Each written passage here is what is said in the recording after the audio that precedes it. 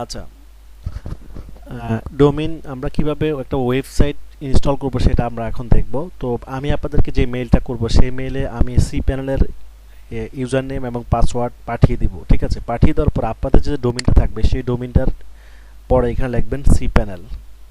কি লিখবেন? cPanel লিখবেন। ওকে, তাহলে দেখেন এখানে ইউজার নেম পাসওয়ার্ড আমি কিন্তু মেইল করে পাঠিয়ে দিব। ঠিক আছে, ওকে। এরপর আমরা কি করব?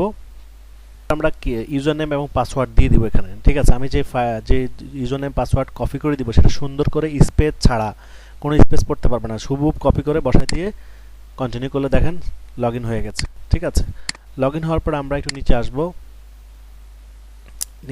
এখান থেকে আমরা ওয়ার্ডপ্রেস ইনস্টল করবো। এই যে ওয়ার্ডপ্রেসে চলে যাব, ওয়ার্ডপ্রেসে ইনস্টল করব। ওয়ার্ডপ্রেস ইনস্টল করার জন্য আমরা ওয়ার্ডপ্রেসে ক্লিক করলাম। এবার আমরা এখান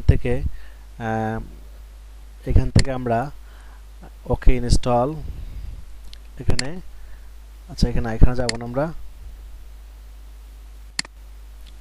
ওকে, এখানে ক্লিক করব, যে ইনস্টল নাও এখানে ক্লিক করব। আচ্ছা, এখানে আমরা কি দিব? www ডট দিব, এটা https www ডট এটা দিবেন। এটা হচ্ছে কিচেন ডোমেনের নাম, এটা উঠাই দিব আমরা। এটা অবশ্যই উঠাই দিতে হবে। আর এখান থেকে আপডেট ভার্সন থাকবে। ওকে, এবার হচ্ছে এখানে আমাদের অ্যাডমিন, আমরা এই আমাদের ওয়েবসাইটের অ্যাডমিন কি দিব। ঠিক আছে, আর পাসওয়ার্ড কি দিব, আর ইমেলটা আপনারটা দিয়ে দিব। আমি আপনার ইমেলটা দিয়ে দিব এখানে। ওকে, আচ্ছা, এগুলো আমি দিয়ে নিই একটু। আমি উপরে সব ডিটেলস দিয়ে দিলাম। দেওয়ার পর এখন আমি নিচে আসলাম। নিচে আসার পরে উপরে আমি কি দিয়েছি, যে আপনার ইমেলটা দিয়ে দিলাম। আমি উপরে ইউজার নেম দিয়েছি, নতুন করে একটা ইউজার নেম, নতুন করে একটা পাসওয়ার্ড, এরপরে কি, এরপর হচ্ছে আপনার ইমেলটা দেওয়ার পরে আমি কন্টিনিউ করব। ঠিক আছে, কন্টিনিউ করার পরে এখন ওয়েবসাইট ইনস্টল হয়ে যাচ্ছে। ওকে, তো আমরা ওয়েবসাইট ইনস্টল হয়ে গেছে। এখন আমি যদি অ্যাডমিন প্যানেলে যাই, দেখেন আমাদের অ্যাডমিন প্যানেলে চলে আসছে। এবার হচ্ছে ওয়ার্ডপ্রেসের অ্যাডমিন প্যানেল, খুব দ্রুত হয়ে গেল, খেয়াল করছেন? খুব দ্রুত আমরা একটা সাইট ইনস্টল করে ফেললাম। ওয়াও, মাত্র কিনলাম এবং মাত্র ইনস্টল করে ফেললাম।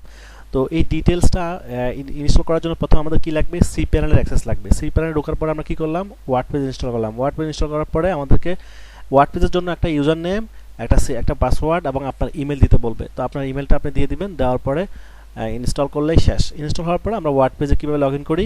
wp-admin দিয়ে আমরা লগ ইন করে, এরপরে যেই ওয়ার্ডপ্রেসে পাসওয়ার্ড দিয়েছি, যে ইউজার নেম দিয়েছি, সেটা দিয়ে আমরা লগ ইন করে ফেললাম। তো আশা করি সবাই ক্লিয়ার বুঝতে পেরেছেন।